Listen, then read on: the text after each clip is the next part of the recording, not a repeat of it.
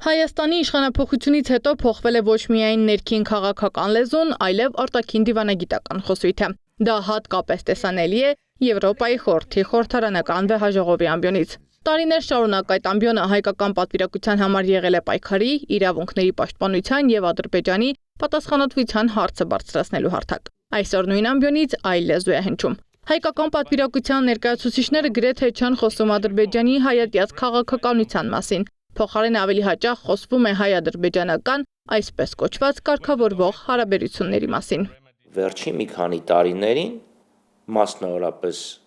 44-օրյա պատերազմ կրած պարտությունից հետո, երբ հանկարծ պարզվեց, որ Արցախի հարցը թոք էր Հայաստանի Հանրապետության վզին եւ դրանից պետք էր հրաժարվել,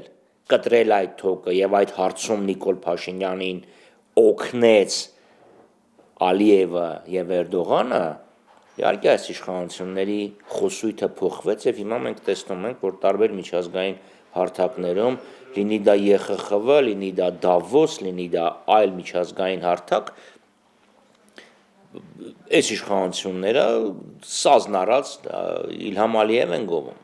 Խաչատրյանը հիշեցնում է, եթե նախկինում շեշտադրումը դրվում էր իրավունքների, պատասխանատվության եւ միջազգային իրավունքի պահանջի վրա, ապա այսօր գերակշռում է զգուշավոր, երբեմն նաեւ խուսափողական լեզուն։ Արցախի ինքնորոշման իրավունքը, որը տարիներ շարունակ հնչում էր որպես հիմնարար սկզբունք, փաստացի դուրս է եկել պաշտոնական խոսքից։ Եվրոպայի խորհրդի պես հայտնի միջազգային կառույց, որտեղ հնարավորություն կա ազգային ինքնությունը առաջ տանելու, շահերը առաջ տանելու, պետության անվտանգության եւ կայունության երաշխիքներ փնտրելու, այնտեղ մենք փնտրում ենք, շատ ճիշտ ասեցիք, այո, ներքին թշնամիներ, բայց ով է փնտրում այդ թշնամուն։ Փնտրում է Օմեգան։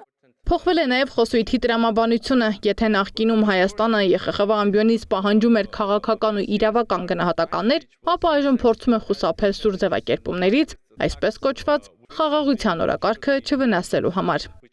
Եվրոպայի խորհրդի խորհրդարանական վեհաժողովում Հայաստանի Հանրապետության պատվիրակության մեծամասնության մասին է խոսքը, քաղաքացիական պայմանագրի վարքագիծ եւ ընդհանրապես խոսույթը ամբողջովին արտահայտում է իրենց վարած քաղաքականությունը եւ քաղաքական առաջնահերթությունների փոփոխությունը։ Զրուցակիցներս նկատում են այս փոփոխությունն ունի լուրջ հետևանքներ։ Միջազգային հարթակներում աստիճանաբար լռության է մատնվում այն օրակարգը, որը տարիներ շարունակ ձևավորվել էր հայկական դիվանագիտության հետևողական աշխատանքի արդյունքում։ Եվրոպայի խորհուրդը այնպիսին է, ինչպիսին կա,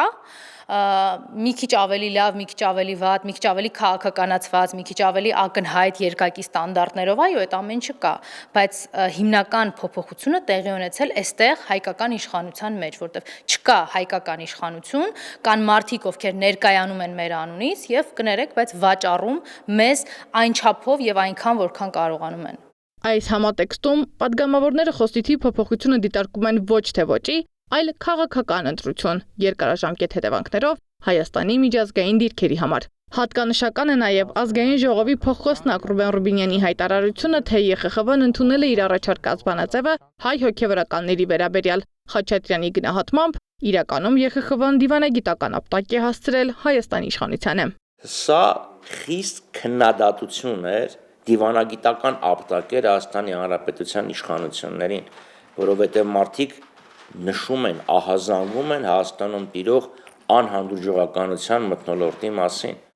Նախկինում ԵԽԽՎ-ում մեկ դեպք է եղել, երբ հայկական պատվիրակության ներկայացուցիչների խոսույթը հակասել է իրար։ Զարուհի Փոստանջյանն էր հարց ուղղել երրորդ նախագահին, որը Հայաստանում արժանացավ բոլոր քաղաքական ուժերի քննադատությանը։ Մյուս բոլոր նստաշրջանների ժամանակ ըստ падգամավորների հայկական պատվիրակությունը խոսել է հայկական շահի մասին եւ ոչ թե ոտնահարել դրանք։ Սեդամ Ակարյան, Էդիկ Մալաքյան, Նոնա Գևորգյան, ABC Media։ Բաժանորդագրվեք YouTube-ի մեր ալիքին, հետևեք մեզ Facebook-ում, Instagram-ում, Telegram-ում, WhatsApp-ում եւ TikTok-ում կամ այցելեք պաշտոնական մեր կայքի 3w abcmedia.am։